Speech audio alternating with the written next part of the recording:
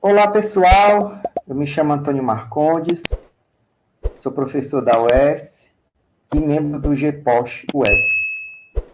E neste vídeo, vou falar um pouco sobre as questões relacionadas à educação no contexto da Revolução de 30 no Brasil, né? E, em certos aspectos, também eu vou enfatizar esse contexto da primeira metade do século XX no Brasil, de um modo geral. E também vou dar destaque à influência do, do manifesto, o manifesto de 32, né, ou também conhecido como o Manifesto dos Pioneiros da Educação Nova no Brasil. Até 1930, no Brasil, havia a prevalência dos elementos que caracterizavam a chamada República Velha, né? Ou seja, a influência do coronelismo, das oligarquias regionais, era um contexto onde, no campo econômico, prevalecia a produção do café, né? O Brasil era uma economia agroexportadora dependente, e, portanto, esses elementos se conformavam para constituir arranjos políticos que favoreciam, né, os latifundiários, os fazendeiros, os setores agrários que influenciavam de forma decisiva a política brasileira. Esse contexto também, esse processo, melhor dizendo, ele se configurou como que na historiografia brasileira se chama de a política café com leite, ou seja, a influência do poder econômico dos cafeicultores paulistas e dos agropecuaristas mineiros, né, que se sucederam, né, continuamente na presidência da República, né, durante vários anos, né, ou no período conhecido como República Velha. Apesar de que os dois primeiros presidentes da República estavam ligados ao Exército, né, Deodoro da Fonseca e Floriano Peixoto, respectivamente. Daí também que esses primeiros anos da República era conhecido como República da Espada, né?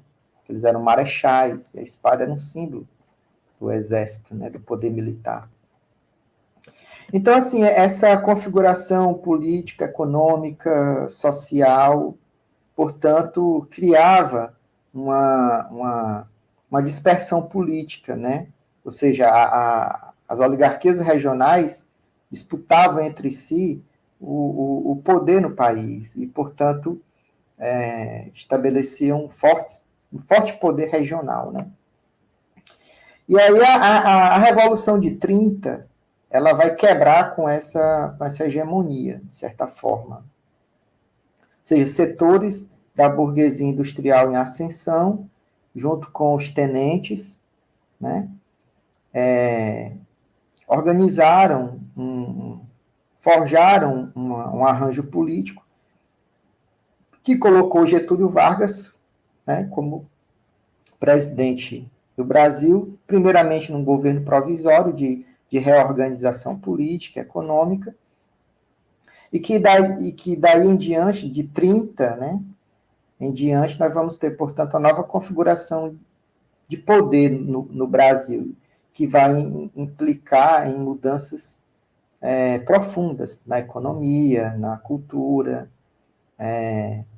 e, sobretudo, na educação. Né? Mas, para muitos pesquisadores, especialistas nesse contexto histórico do Brasil, a Revolução de 30, ela também incorporou elementos, né, da tradição, ou seja, a Revolução de 30 engendrou uma modernização, sobretudo industrial, econômica no país, mas ao mesmo tempo que ela se propunha a desenvolver economicamente o país, pensando num projeto nacional de industrialização, de desenvolvimento social, ela incorporou elementos tradicionais, ou seja, o poder dos latifundiários, dos fazendeiros, dos coronéis, ou seja, aqueles setores da classe dominante ligada ao meio rural, eles não foram alijados totalmente do poder. Eles estiveram presentes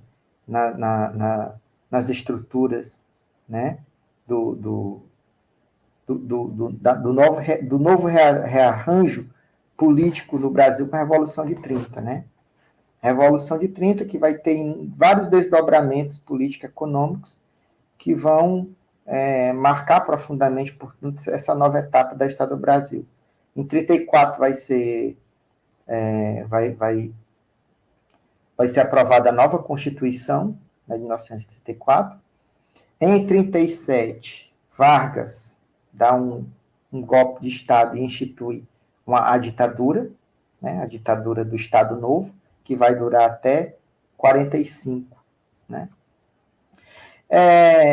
No contexto geral, de 30 a 45, o mundo como um todo está passando por profundas transformações econômicas, políticas, culturais, sociais, tecnológicas.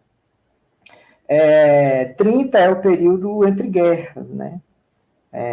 Nesse contexto que você vai ter a emergência dos regimes totalitários, sobretudo na Europa. O nazismo na Alemanha e o fascismo na Itália. E isso vai se refletir, de um modo geral, no mundo como um todo. Né? Aqui no Brasil, por exemplo, nós vamos ter a influência do fascismo no integralismo. Foi um movimento político ideológico inspirado, né, exatamente nos princípios, né, do fascismo. É o contexto em que nós vamos ter, por exemplo, a década de 30, ela se inicia com as repercussões da crise, né, da quebra da Bolsa de Valores em Nova York, em 1929, que vai ter repercussões gritantes no mundo todo, sobretudo na Europa e aqui na América Latina, especificamente, né, por exemplo. Isso vai afetar, por exemplo, a economia do café, transações econômicas internacionais, isso vai impactar no preço de produtos, enfim. É uma crise que vai abalar as estruturas do capitalismo e vai produzir um efeito dominó em todas as partes do mundo ocidental, sobretudo, né? E aí também, ou seja, em 36 nós vamos ter 39 nós vamos ter a eclosão, né, da Segunda Guerra Mundial, e enfim, 30, 40, essas décadas elas vão ser fortemente marcadas por conflitos, né, guerras, instabilidades políticas, ascensão de regimes totalitários. No Brasil, nós vamos ter o processo de urbanização. O Brasil está deixando de ser um país agrário e passa a se tornar um país fundamentalmente urbano, sobretudo na região sudeste, né, São Paulo, Rio de Janeiro, onde se concentra o processo de industrialização no país. Então, isso vai, portanto, redefinir novos processos econômicos baseados, sobretudo, na industrialização, na urbanização. Então, a população começa a transitar, né, no Brasil, de uma população rural para uma população urbana, né? Então, você vai ter um adensamento populacional, sobretudo nas principais capitais brasileiras. Até porque, assim, o desenvolvimento do capitalismo brasileiro, ele é desigual, contraditório, combinado, né? Internamente, nós vamos ter, portanto, um desenvolvimento onde a industrialização começa ali no Sudeste, né? Centro-Sul, e só mais tardiamente, por exemplo, na década de 70, 80, nós vamos ter a industrialização em regiões como Ceará, Maranhão, Piauí, né? Então, é um desenvolvimento capitalista desigual no Brasil, né? Então, há uma desigualdade regional no que diz respeito ao desenvolvimento do processo de industrialização. E isso, obviamente, vai repercutir na configuração de processos sociais, econômicos, culturais e educacionais. Bem, mas antes da Revolução de 30, antes dos acontecimentos da Revolução de 30, processos políticos, sociais, culturais que ocorreram uma década antes, né, na década de 20, também foram muito significativos para desencadear novos rearranjos de poder, novas configurações culturais, novas dinâmicas econômicas, né? Por exemplo, em 1922 é uma data muito simbólica no Brasil, né? Surge o tenentismo, que é um movimento civil e militar orientado no sentido de alterar as estruturas oligárquicas predominantes no país. Cria-se, por exemplo, o Centro Dom Vital, congregando católicos, né, interessados em preservar a civilização ocidental e cristã no país. Também data da fundação do Partido Comunista Brasileiro, em boa parte oriundo do anarcossindicalismo, e empenhado na luta pelo socialismo no país. Realiza-se a Semana de Arte Moderna em São Paulo, né? Um movimento artístico, cultural, literário, que procurava novos temas e novas linguagens para a arte e o pensamento social no país, né? Então, parece que esses acontecimentos, eles representam, de certa maneira, o ingresso no Brasil do Brasil no século XX, né? Então, esses acontecimentos de 22, que foi uma época, um contexto histórico muito prolífico em acontecimentos políticos, culturais, que redefiniram a face do Brasil, eles meio que eram prenúncios, né, de uma outra época, né, do que viria pela frente, né, um novo ciclo histórico no país. Então, essas mudanças sociais, econômicas, políticas e culturais provocadas pelo o ciclo, né, da cafeicultura, que estava já nos seus estertores, estavam preludiando, portanto, o advento do capitalismo industrial no Brasil, tardio e desigual, né? Nesse sentido, como vai dizer Ottaviani, por exemplo, no seu livro Pensamento Social no Brasil, o pensamento social defrontava-se com novas realidades e rebuscava contribuições na cultura europeia, estadunidense, né? A industrialização incipiente e o desenvolvimento das maiores cidades criavam outros horizontes para o debate político e cultural, né? Então, como disse Ottaviani, outra vez os movimentos da sociedade indicavam tendências diversas, né? e antagônicas, mas preocupadas em mudar alguma coisa, né? Mudar para frente ou para trás, mas esses movimentos buscavam, de certa forma, mudar, transformar o país, né?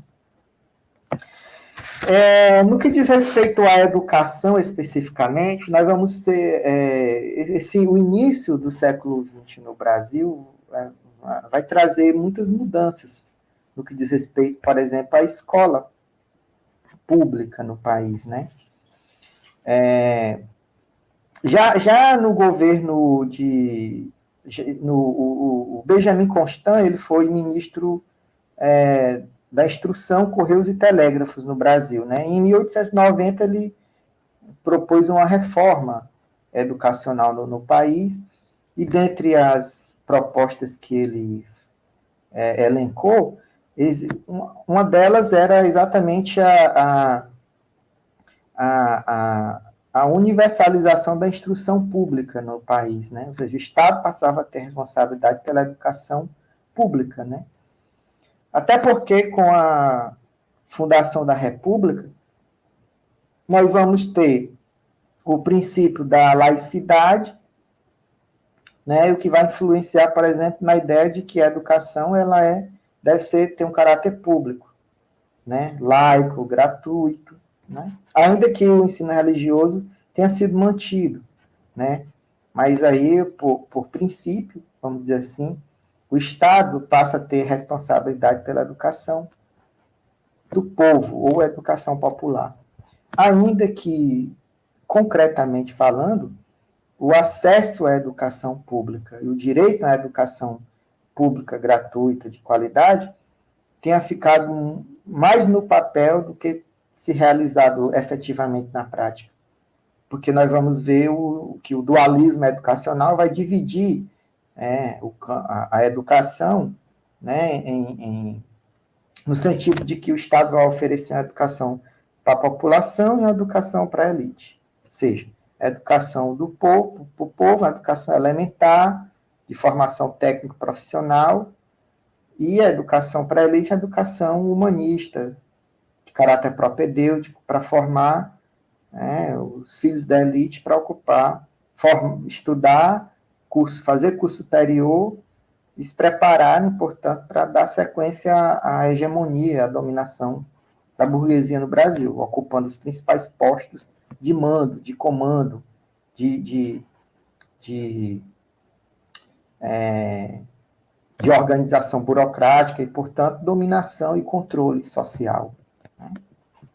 Então, mais especificamente na década de 1932, né, logo depois da Revolução de 30, nós vamos ter a emergência do pensamento liberal na educação, configurado, sobretudo, nas ideias, nos projetos e inovações propostas pelos pioneiros da educação nova, né? Ou seja, uma pleiade de intelectuais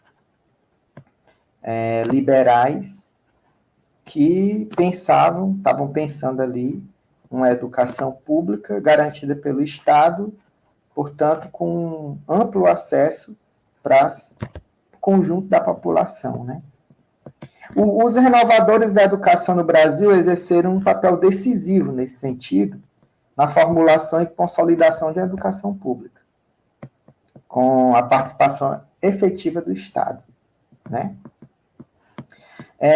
Então, esse foi o ideário, vamos dizer assim, do Manifesto de 32, né? Ou seja, a educação pública, gratuita, universal, de qualidade para toda a população, né? O Derneval Saviani vai dizer que, nesse contexto, né, de 32 a 47, né, vai haver um equilíbrio entre a pedagogia tradicional e a pedagogia nova, né? Ou seja, no caso, o movimento escolar novista, ele decreta o retorno do ensino religioso nas escolas públicas, por exemplo, né? Apesar deles defenderem uma educação gratuita, pública, de qualidade, laica, mas eles entendem, né, a importância do ensino religioso nas escolas públicas, o que, obviamente, demonstra o caráter, né, confessional, religioso, implicado ali no pensamento liberal, né? Ou seja, o pensamento liberal ele não está plenamente despojado da influência religiosa, né?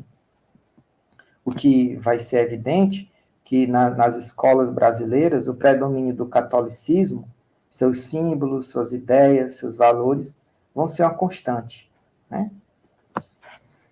O governo provisório de 1930 ele vai criar o Ministério da Educação e Saúde Pública, né? E o primeiro-ministro, portanto, dessa pasta vai ser o Francisco Campos, que era integrante do movimento escolanovista, né? E, portanto, um defensor ardoroso do papel do Estado na organização da educação. Em 1931, portanto, vai ocorrer algumas reformas, né, no âmbito da educação, reformas estas conhecidas como Reforma Francisco Campos, que, dentre outras inovações, vai criar o Conselho Nacional de Educação, decreto número 19.850, de 11 de abril de 31. Vai criar também a Organização do Ensino Superior no Brasil, decreto número 19.851, 11 de abril de 1931. Vai organizar o ensino secundário, decreto número 19.890, 18 de abril de 1931. E vai restabelecer o ensino religioso nas escolas públicas, decreto número 19.941, 30 de abril de 1931. Então, essas reformas, né, que vão inovar e criar instâncias representativas no que diz respeito ao campo educacional, tanto no nível secundário, superior, e instâncias decisórias, né, deliberativas, como o Conselho Nacional de Educação, vão, portanto, redesenhar, né, as estruturas, né, e a estrutura e o funcionamento da educação do país nesse período, né. Então, essas medidas, elas condicionavam ao governo tratar a educação como uma questão nacional. A influência da Igreja Católica, por exemplo, né, estava comprometida com o projeto de hegemonia da burguesia industrial no Brasil, né? Forte influência de Roberto Simões, por exemplo, ideólogo da industrialização brasileira, né? Um pouco antes, em 1924, já tinha sido criada a Associação Brasileira de Educação, que foi uma inovação muito importante para agregar, né, conjunto de estudiosos, pensadores, professores e pessoas ligadas aos movimentos da educação brasileira para fortalecer, né, as reivindicações e as lutas por uma educação pública, né? Então, nesse sentido, a sociedade civil estava cumprindo um papel importante na organização desses movimentos. Também, e aí já em 1933 foi criada a Confederação Católica Brasileira de Educação, o que mostra que essas instituições estavam fortemente ligadas a uma perspectiva ideológica de luta e legitimação de certos interesses. Então, a Igreja Católica, ela sempre esteve ali, né, disputando, reivindicando a busca da legitimidade de suas instituições, né? Os ideólogos do movimento renovador de 32, por exemplo, citar aqui alguns principais. Lourenço Filho, que dirigiu a reforma da instrução pública no Ceará. Ele publicou o livro Introdução ao Estudo da Escola Nova, e representou as bases, esse livro representou as bases psicológicas do movimento renovador, e abordou os estudos de biologia, de psicologia e sociologia. Já o Fernando de Azevedo foi o principal divulgador e apologista do movimento escolar novista. Publicou o livro Novos Caminhos e Novos Fins, a nova política de educação no Brasil, subsídios para uma história de 4 anos, publicado em 1931. Também publicou A Cultura Brasileira, e ele representou, portanto, as bases sociológicas e das reformas do ensino no Brasil. Anísio Teixeira, outro nome importante, talvez o mais destacado, ele foi diretor da Instrução Pública do Estado da Bahia. Publicou o livro Em Marcha para a Democracia, à margem dos Estados Unidos.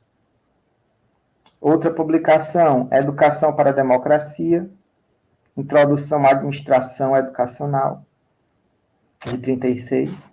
Ele representou as bases filosóficas e políticas do movimento renovador educacional no Brasil. Então, os pioneiros da educação nova, eles representaram ali o ideário democrático liberal na educação, né?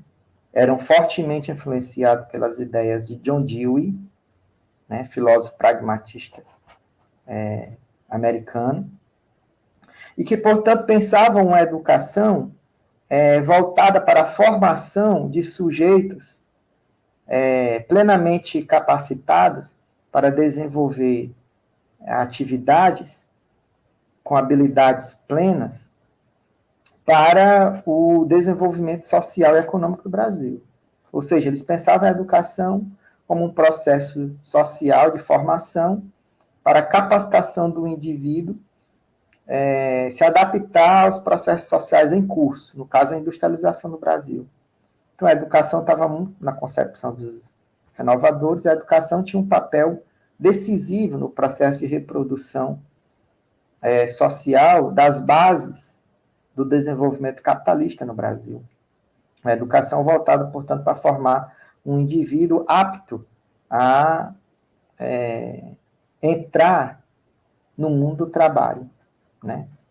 Portanto, um indivíduo plenamente capaz, né, de desenvolver atividades que contribuíssem para o aperfeiçoamento e o desenvolvimento dos processos produtivos. Então, a escola, por isso que no governo Vargas, sobretudo o primeiro governo, né, governo provisório, depois com a Constituição de 34, nós vamos ter a União vai investir fortemente na formação técnico-profissional. Até porque o Brasil estava em vias de industrialização, então a formação técnico-profissional cumpriria o papel de qualificar os trabalhadores para fornecerem para as indústrias, né, a força de trabalho necessária para o desenvolvimento industrial, comercial, né, e urbano, né, já que a industrialização ela se assenta numa nova configuração espacial, populacional, né, portanto, que isso exige uma nova dinâmica, uma nova mentalidade para as funções, né, e as dinâmicas sociais requeridas nesse novo processo social, econômico-social, né. De um modo geral, pessoal, é isso, né? Espero que eu tenha suscitado aqui os elementos gerais, mais fundamentais, para a gente pensar aí a educação no Brasil nesse contexto, né, do início, sobretudo a primeira metade do século XX, né, que vai ser um contexto histórico decisivo, né, para o desenvolvimento econômico, social, cultural e político né, do país, né? Então, é isso.